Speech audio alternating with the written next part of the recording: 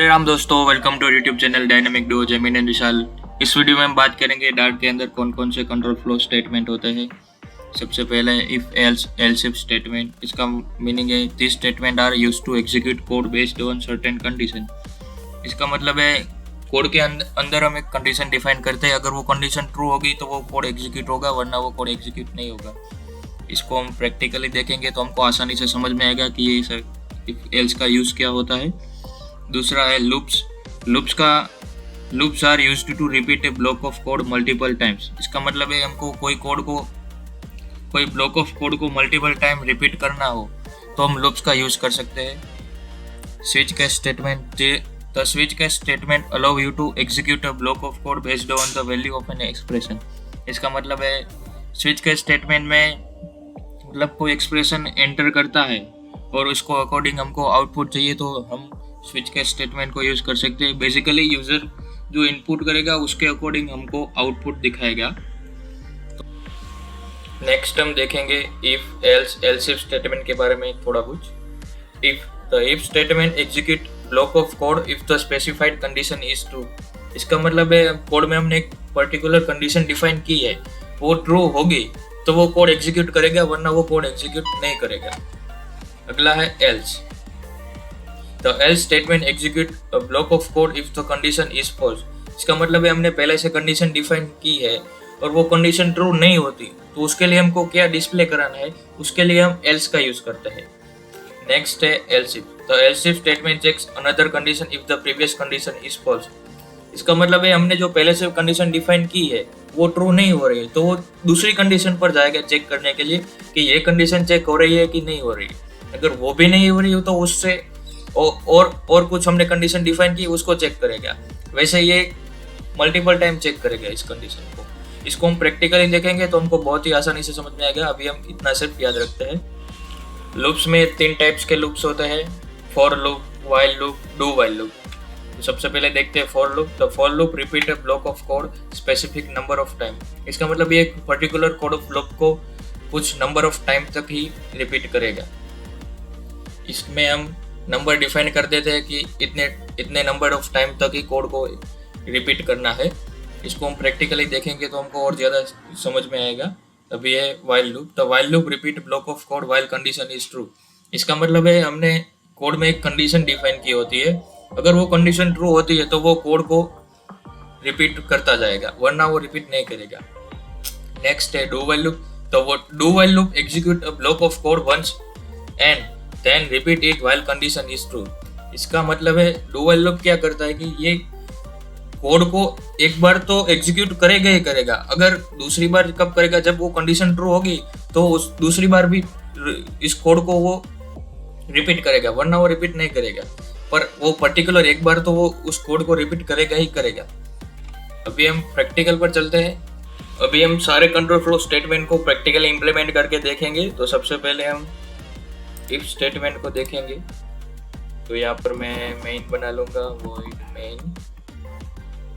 सबसे पहले मैं इसको सेव कर लूँगा, कंट्रोल फ्लो डॉट डार्ट। ये हमारा मेन फंक्शन हो गया। इसमें हम एक वेरिएबल ले लेंगे इंटीजर एज इक्वल टू 20। यहाँ पर हम एक कंडीशन डिफाइन कर देंगे, अगर age greater than equal to 80 तो ये हमको प्रिंट करके देगा सॉरी यू आर अडल्ट। चलिए हम इसको रन करते हैं, फिर मैं आपको कोड समझाता हूँ। यहाँ पर आगे देखिए ये प्रिंट करके देगा यू आर अडल्ट। इसका मीनिंग, यहाँ पर हमने सबसे पहले इंटीजर एज नाम का वेरिएबल लिया जिसकी वैल्यू हमने 20 रखी है, और यहाँ पर इफ हमने स्टेटमेंट का यूज किया और उसमें एक कंडीशन लिखी कि अगर एज की वैल्यू 18 और 18 से ज़्यादा होगी तो ये हमको प्रिंट करके देगा यू आर अडल्ट।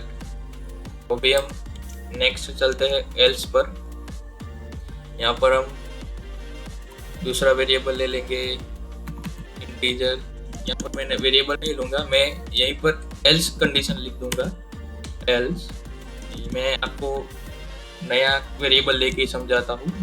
यहाँ पर हम दूसरा वेरिएबल ले लेंगे इंटीजर h1 इक्वल टू 16 और यहाँ पर मैं एक कंडीशन लिख दूंगा इफ ऊपर वाली कंडीशन हम रखेंगे h1 greater than equal to 18 print you are adult और यहाँ पर मैं एल्स कंडीशन लूंगा else print you are minor. भी ये कोड है, इसको मैं रन करके दिखाता हूँ, फिर आपको मैं समझाऊंगा ये वर्ड क्या क्या करता है। ये प्रिंट करेगा यू आर माइनर, यहाँ पर ये देखिए यू आर माइनर प्रिंट होके आ गया। सबसे पहले हमने h1 नाम का वेरिएबल लिया और इफ कंडीशन इफ स्टेटमेंट का यूज करके हमने कंडीशन डिफाइन की, अगर एज 18 और उससे ज्यादा है तो ये प्रिंट करेगा यू आर अडल्ट। लेकिन यहाँ पर हमारी एज 1 इक्वल टू 16 है तो ये 18 से कम हो गई, तो ये एग्जीक्यूट ही नहीं करेगा, ये सीधा एल्स कंडीशन एग्जीक्यूट करेगा, जो कि कंडीशन फॉल्स होने पर जो प्रिंट होगा वो हमको ये प्रिंट करेगा। इसलिए यहाँ पर हमको यू आर माइनर नाम का प्रिंट करके आ गया। अभी हम एल्स इफ स्टेटमेंट को यूज करेंगे, तो उसके लिए मैं एक वेरिएबल ले लेता हूँ इंटीजर मार्क इक्वल टू 18 में रखता हूँ और यहाँ पर मैं एक कंडीशन ले लूंगा if marks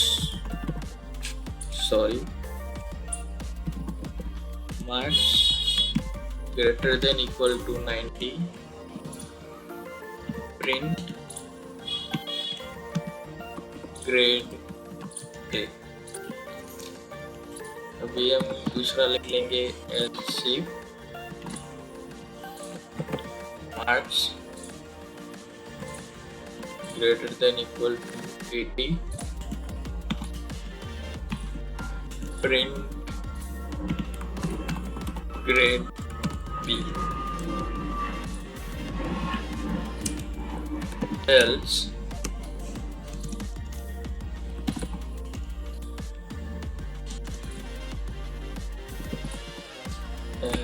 if marks greater than equal to 70 print grade C। अभी हम इसको एग्जीक्यूट करके उसके बाद मैं आपको समझाता हूँ। मैं ये ग्रेड बी प्रिंट करके देगा हमको। सॉरी, यहाँ पर ये क्या है, ये हमको एरर दिखा रहा है। कहाँ पर एरर है? unused dart.io।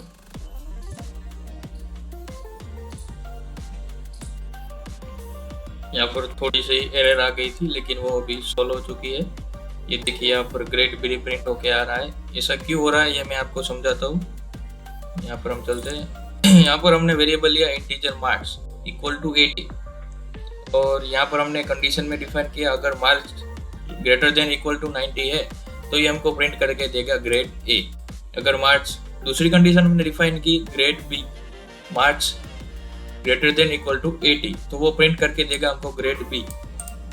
इसका मतलब आप मल्टीपल कंडीशन आप इस पर रख सकते हैं और उसके अकॉर्डिंग आप अपना आउटपुट ले सकते हैं। इसलिए एल्स इफ स्टेटमेंट यूज होता है। इसलिए हमको यहाँ पर ग्रेड बी हो गया क्योंकि यहाँ पर मार्क्स की वैल्यू 18 और 18 से ज्यादा होगी तो ये ग्रेड बी प्रिंट करके देगा। इसलिए हमको यहाँ पर ग्रेड बी प्रिंट हो रहा है। अभी हम नेक्स्ट चलते हैं लूप्स पर।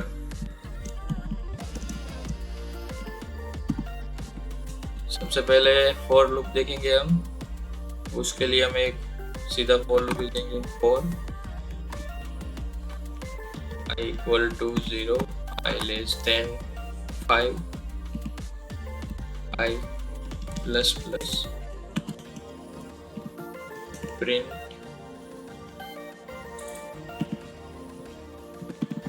Hello dollar i plus 1।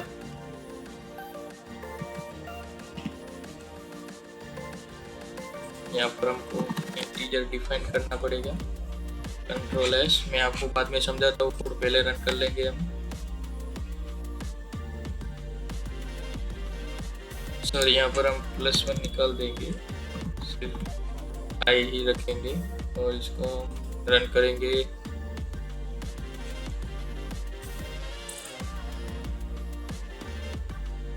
देखिए हमारा प्रिंट हो गया है। अब ये जो कोड है वो एक्चुअली करता क्या है तो मैंने यहाँ पर फॉर स्टेटमेंट का यूज किया है और उसमें हमने एक वेरिएबल लिया इंटीजर आई और आई की वैल्यू हमने 0 रख दी और दूसरा हमने कंडीशन डिफाइन की i<5। इसका मतलब ये हमको जितनी बार लूप रिपीट करना है उतना नंबर हमको यहाँ पर रखना है। अगर यहाँ पर हम 10 रखेंगे तो ये 10 बार रिपीट करेगा इसको। और ये i++ का मीनिंग है वो जो i की वैल्यू है वो इंक्रीज करता जाएगा और इसीलिए यहाँ पर हमको 0 1 2 3 4 5 हो रहा है, ये i की वैल्यू हमने इंक्रीज की है इसलिए। और यहाँ पर हम जब प्रिंट कराते हैं तो हेलो $0, उसके बाद वो दूसरी बार प्रिंट होगा हेलो $, लेकिन 0 की जगह यहाँ पर वो 1 कर देगा। इसका ये पर्टिकुलर काम है। अभी हम नेक्स्ट लूप पर चलते हैं, व्हाइल लूप। तो यहाँ पर हम लिख लेंगे पहले एक वेरिएबल ले लीजिए इंटीजर a=0 और यहाँ पर हम लिख लेंगे व्हाइल a<5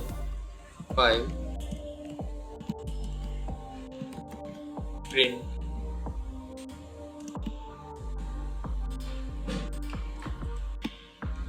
यहाँ पर मैं पहले आपको कोड लिखकर बता देता हूँ, बाद में समझाऊंगा। $a,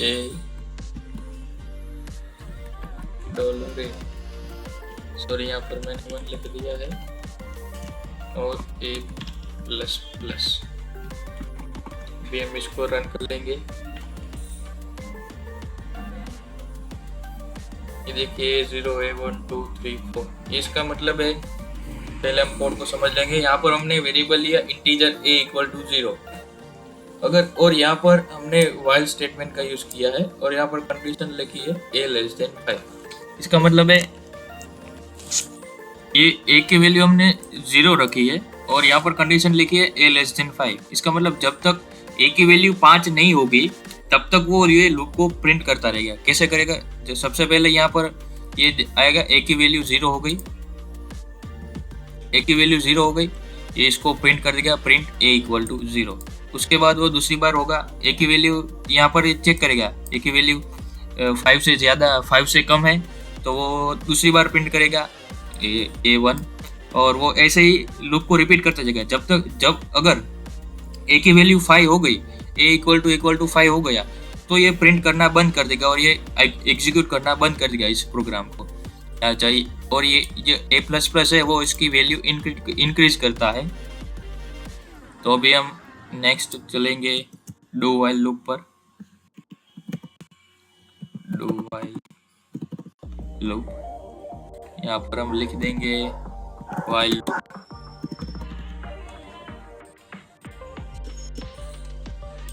फिर हम देखते हैं डू व्हाइल लूप। तो सबसे पहले हम लिख लेंगे यहाँ पर इंटीजर b=0 और यहाँ पर हम डू कंडीशन लगाएंगे, डू।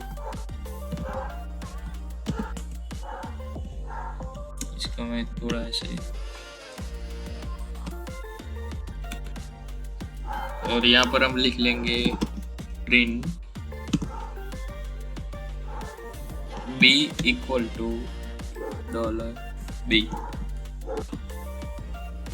और हम b की वैल्यू ++ करा देंगे। व्हाइल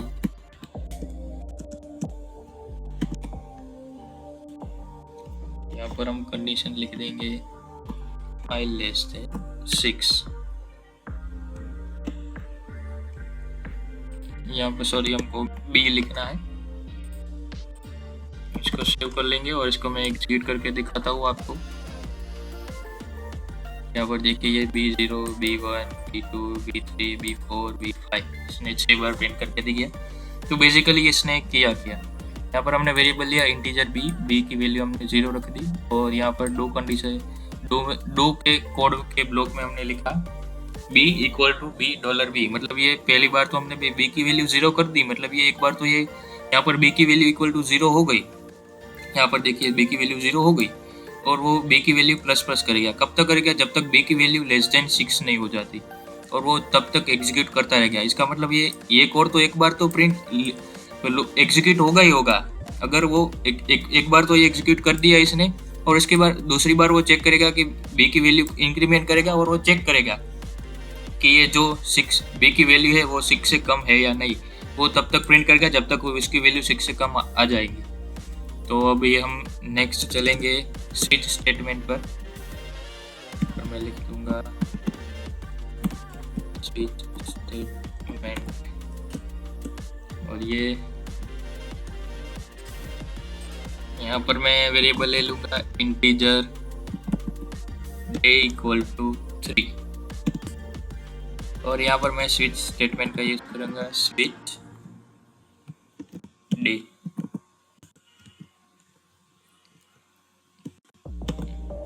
और मैं यहाँ पर इस ब्लॉक में पूरा कोड लिखूंगा केस 1 प्रिंट 1 डे। इसको मैं बाद में आपको डिटेल में समझाऊंगा, ये सब कैसे रन होता है, क्या केस क्या है, स्विच क्या है, मैं सब आपको बाद में समझाऊंगा। पहले मैं कोड पूरा कर लूंगा। Break case 2 print Tuesday, break case 3 print WED and Wednesday, break case 4 print Thursday, break case 5 print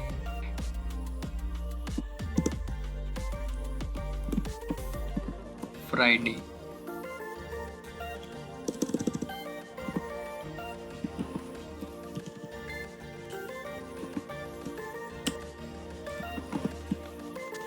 case 6 print Saturday, break case 7 print Sunday। अभी मैं पहले कोड रन कर लूंगा, और ये हमको वेंसडे प्रिंट करके दे रहा है। अभी ऐसा क्यों हो रहा है मैं आपको पूरा डिटेल में समझाऊंगा। यहाँ पर हमने वेरिएबल लिया इंटीजर डे, और उसकी वैल्यू हमने 3 रखी, और स्विच स्टेटमेंट क्या करेगा, ये जो डे की वैल्यू है उसके अकॉर्डिंग हमको ये सब आउटपुट देगा। उसमें ये डे की वैल्यू ये एक एक केस में चेक करेगा। डे की वैल्यू ये पहले केस में जाएगा। पहला केस है केस 1। केस 1 में ये देखेगा डे की वैल्यू 3 नहीं है, तो ये दूसरे केस में जाएगा केस 2 में। उसके वो चेक करेगा कि डे की वैल्यू 3 है, नहीं है, तो वो तीसरे केस में जाएगा। और यहाँ पर इसको इसकी वैल्यू मिल गई, इसलिए यहाँ पर ये वेंसडे हो रहा है। और ये केस के बाद केस 1 है उसके बाद हमको कॉलन करना जरूरी है, वरना वो एरर दिखाएगा आपको। अभी हम यहाँ पर डे 3 की वैल्यू चेंज करके देखते हैं। यहाँ पर मैं लिख दूंगा 7, और अभी इसको प्रिंट करके देंगे, तो ये हमको संडे प्रिंट करना चाहिए। यहाँ पर देखिए ये संडे प्रिंट कर रहा है, क्योंकि यहाँ पर केस 7 में जो हमने स्टेटमेंट लिखा है संडे, वो ही प्रिंट करके देगा। तो आज के वीडियो में इतना ही, अगला हम नेक्स्ट देखेंगे।